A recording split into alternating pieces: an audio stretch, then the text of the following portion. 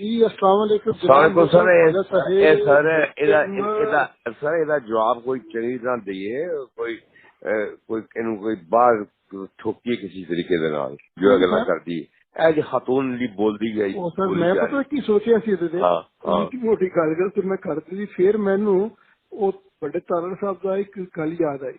ਉਹ ਕਹਿੰਦੇ ਸਨ ਮੀਆਂ ਕੁੱਤਿਆਂ ਦੇ ਭੌਂਕੇ ਖਲੋਤੇ ਨੇ। ਇਹ ਵੀ ਗੱਲ ਠੀਕ ਹੈ, ਇੱਕ ਜਵਾਬ ਤੁਸੀਂ ਜਗ੍ਹਾ ਦੇਤਾ ਹੈ ਇਹ ਰਵਾਇਤ।